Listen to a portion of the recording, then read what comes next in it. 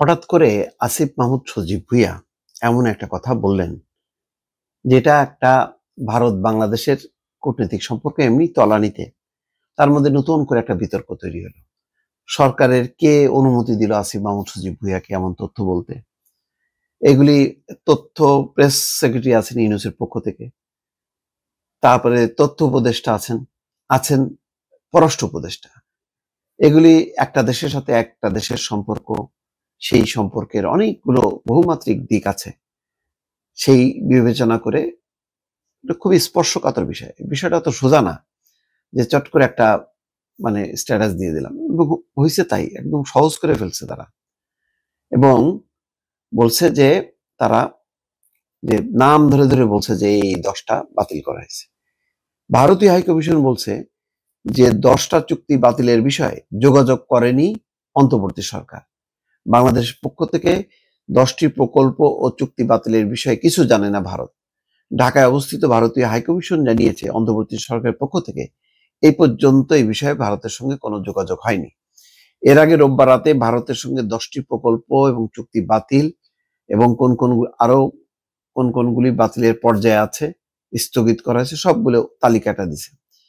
স্থানীয় সরকার উপদেষ্টা সজীব ভুঁইয়া এটা বলছে। নিজের ভেরিফাইড ফেসবুক পেজে একটি ফটোকার্ড শেয়ার করে তথ্যটি তুলে ধরেন তিনি। সেই ফটোকার্ডে লেখা ছিল, হাসিনা সরকারের আমলে ভারতের সঙ্গে করা 10টা চুক্তি বাতিল, বাকিগুলি বিবেচনাধীন। এ বিষয়ে জানতে চাইলে ঢাকার ভারতীয় হাইকমিশনের মিডিয়া অফিসার জাগো নিউজকে বলেন, বাংলাদেশের অন্তর্বর্তী সরকারের পক্ষ থেকে এ ধরনের কোনো যোগাযোগ আমাদের সঙ্গে করা হয়নি। তবে আসিফ মাহমুদ তার পোস্টে ফটোকার্ড চুক্তিগুলো প্রকল্পের নাম, সই হওয়া, সাল এবং বাতিল, স্থগিত, পুনর্বিবেচনার সিদ্ধান্ত তুলে ধরেছেন। প্রকল্প এবং চুক্তির মধ্যে আছে ত্রিপুরা চট্টগ্রাম রেল সংযোগ প্রকল্প সহ অনেকগুলো। তবে আদানি পাওয়ারের বিদ্যুৎ আমদানি চুক্তি পুনর্বিবেচনার আওতায় এবং গঙ্গার পানি বন্টন চুক্তি পুনর্বিবেচনার মধ্যে রাখা হয়েছে। এটা আসিফ মাহমুদ সজীব ভুঁইয়ার দাবি। এছাড়া পূর্বে খসড়া অবস্থায় তিস্তা নদীর পানি বন্টন চুক্তির বাস্তবায়নের জন্য আলোচনার কথা রয়েছে বলে জানান আসিফ মাহমুদ সজীব ভুঁইয়া। তো অদ্ভুত ব্যাপার, এই বিষয়ে সরকার, এত গুরুত্বপূর্ণ একটা বিষয়, সরকারের কোনো বিবৃতি নাই, হঠাৎ করে কোথা থেকে আসলো এটা? এই সময় তোলার অর্থটা কি? এটা তো তার মিনিস্ট্রির সংক্রান্ত কোনো বিষয় না।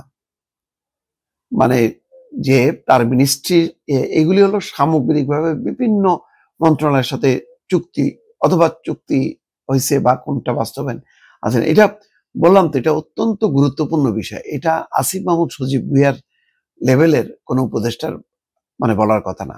আর বললেও এটা সরকারের পক্ষ থেকে তাকে দায়িত্ব নিয়ে বলতে হবে। কিন্তু ধম করে একটা ফেসবুক স্ট্যাটাস দিয়ে দেওয়াটা, ওইরকম দায়িত্ব জায়গা থেকে, এটা খুবই অবাক কাণ্ড, আশ্চর্যজনক একটা ঘটনা, যেখানে এখন ভারতীয় হাইকমিশন পর্যন্ত বলতেছে তারা কিছুই জানে না। দর্শক।